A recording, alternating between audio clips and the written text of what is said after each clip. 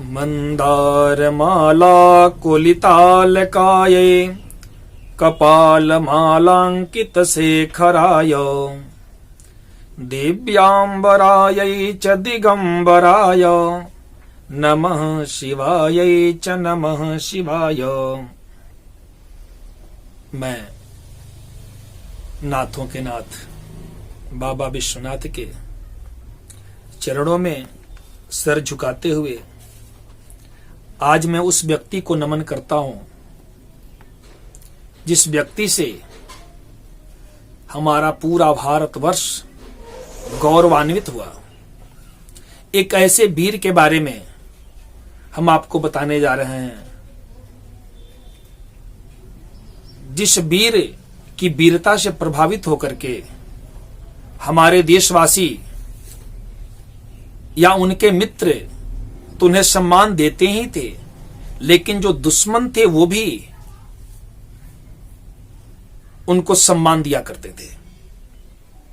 ऐसे वीर सदियों में कभी कभी आते हैं। ये कहूं कि एक बार आते हैं तो अतिशयोक्ति नहीं होगी। महाराणा प्रताप का जन्म 9 मई 1540 को मेवाड़ में सिसोदिया वंश में हुआ था। संवत के हिसाब से देखें तो विक्रमी संवत 1597 ज्येष्ठ शुक्ल तृतीया दिन रविवार को उनका जन्म हुआ था। वो एक ऐसे वीर जिनकी वीर गाथा अमर है।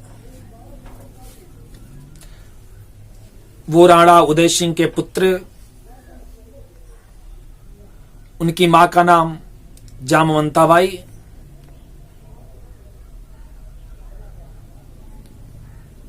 महाराणा प्रताप बचपन से ही युद्ध कला में पारंगत हुए। उन्होंने जीवन में सबसे पहले गुरु माना तो अपनी मां को माना। मातृभक्ति कोई सीखे तो उस महाराणा प्रताप से सीखे। यदि उन्होंने आदर्श माना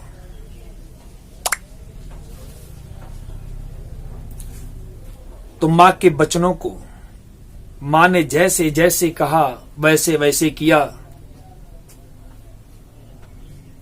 और आज मुझे स्मरण हो रहा है कि महाराणा प्रताप ने जो मातृभक्ति का परिचय दिया, जो पितृभक्ति का परिचय दिया, जो गुरु भक्ति का परिचय दिया, वो हम सभी नौजवानों के लिए आदर्श है।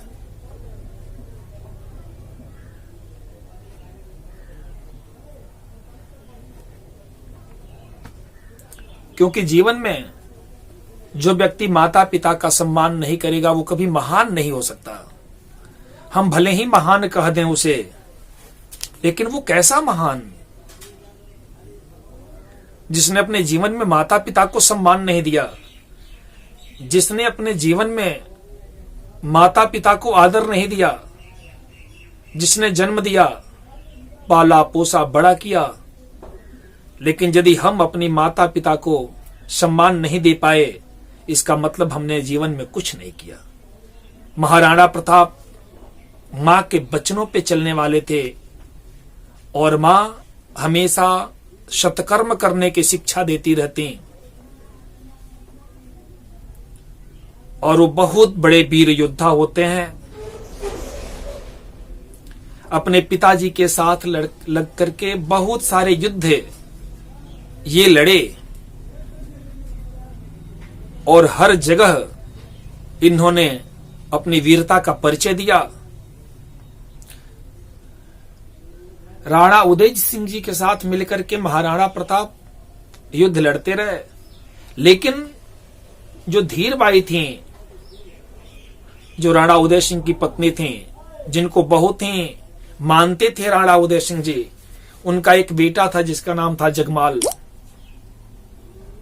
और मां उस जगमाल को हमेशा सिंहासन पे बैठाने का सपना देखती रही, जिसका परिणाम हुआ कि घर में ही गृह क्लेश शुरू हो गया। और उस गृह क्लेश का लाभ उठा करके मुगलों ने आक्रमण कर दिया। उसमें जो भी राजपूत थे उन पे आक्रमण किया और राजपूत उनके चरणों में शीश झुकाते रहे,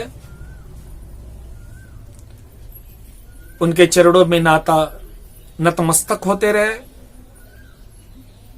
उनकी अधीनता को स्वीकार करते रहे। लेकिन महाराणा प्रताप राणा उदय सिंह के साथ युद्ध करते रहे और कभी भी अपना घुटना नहीं टेका। मैं ये कह दूं कि महाराणा प्रताप एक ऐसे योद्धा थे जो मरते समय तक उन मुगलों की अधीनता को स्वीकार नहीं किया। जंगल में रहना पसंद किया, घास की रोटी खाना पसंद किया, लेकिन अधीनता को स्वीकार नहीं किया। महाराणा प्रताप की पत्नी पहली अजबदेव, जिनसे 2 पुत्र हुए। बड़े पुत्र का नाम अमर सिंह था, जो आगे महाराणा के प्रताप के बाद उन्होंने राजकाज को संभाला, राजगद्दी संभाली। वैसे तो 11 पत्नियां थी उनकी। 11 पत्नियों से 17 पुत्र हुए, जिसमें सबसे बड़े अमर सिंह। और राणा प्रताप जब युद्ध के लिए निकलते थे तो कोई भी वीर उनके सामने खड़ा नहीं होता, क्योंकि जो उनका कवच था वो 72 किलो का था, जो उनका भाला था वो 81 किलो का था। टोटल मैं ये कहूं कि अस्त्र और शस्त्र टोटल मिलाकर के 208 किलो वजन लेकर के युद्ध के मैदान में चलते थे। उनका जो घोड़ा था उसका नाम चेतक था। चेतक की सवारी किया करते थे।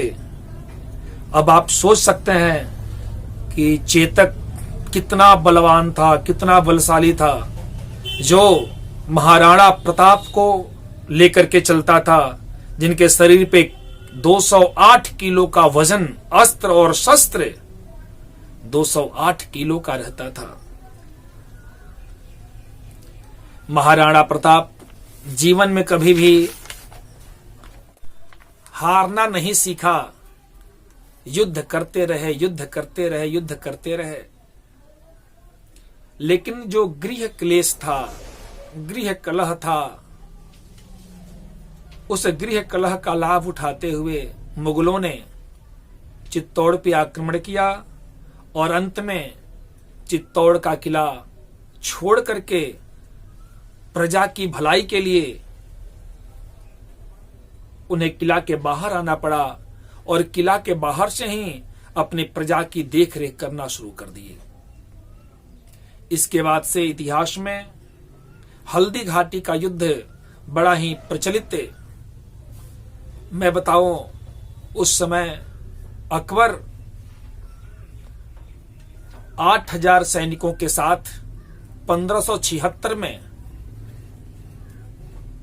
युद्ध का शंखनाद कर दिया, जिसका नेतृत्व मानसिंह कर रहे थे, जबकि महाराणा प्रताप के साथ अफगानी राजा बिल्कुल इनका साथ दे रहे थे, जिसमें हाकिम खान का नाम हम सभी लोगों ने सुना है। हाकिम खान सूरी, वो प्रताप के लिए अंतिम सांस तक लड़ते रहे। अंत में प्रताप की सेना को हार का सामना करना पड़ा, क्योंकि इस युद्ध में मेवाड़ के तरफ से मात्र 20,000 सैनिक थे और जो अकबर था उसकी तरफ से 85,000 सैनिक युद्ध में भाग लिए थे। तो अकबर युद्ध में कभी भी महाराणा प्रताप के सामने नहीं आया, क्योंकि वो जानता था कि यदि मैं सामने पड़ा तो महाराणा प्रताप छोड़ने वाले नहीं है। वो हमेशा डरता रहा, लेकिन उसके दिलो दिमाग में हमेशा ये चलता रहा कि मैं एक न एक दिन महाराणा प्रताप को हरा दूंगा।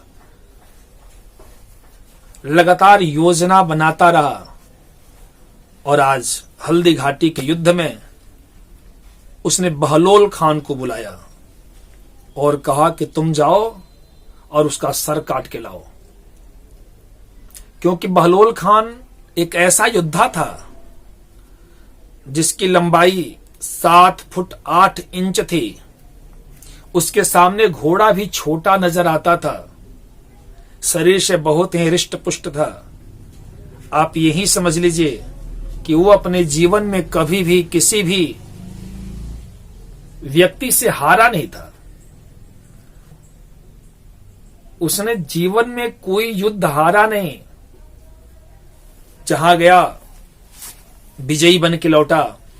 और आज बहलोल खान पहुंचा युद्ध में और बहलोल खान का सामना हुआ महाराणा प्रताप से, और महाराणा प्रताप ने उसको ऐसा तलवार मारा, ऐसा मारा कि उसके शरीर के 2 टुकड़े हो गए, उसका घोड़ा भी 2 टुकड़ों में विभाजित हो गया। लेकिन सेना की संख्या कम थी। बहलोल के मरने के बावजूद भी महाराणा प्रताप को रणक्षेत्र से भागना पड़ा, और वो भागते हुए बढ़े। जो 26 फीट का एक नाला था, जिस नाले को चेतक ने फांदने का प्रयास किया, फांद भी गया, लेकिन उसमें वो चोटिल हो गया जिसमें उसकी मृत्यु हो गई। इधर जो युद्ध में सैनिक थे वो वीर गति को प्राप्त हुए, और जो भी क्षत्रियाणियां थीं वो सभी रानियां जौहर कर ली। महाराणा प्रताप व्यथित हो गए और जंगल में ही अपना पूरा समय व्यतीत कर दिया।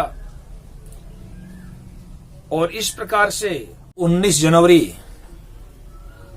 1597 को 57 वर्ष की अवस्था में महाराणा प्रताप को वीर गति की प्राप्ति हुई।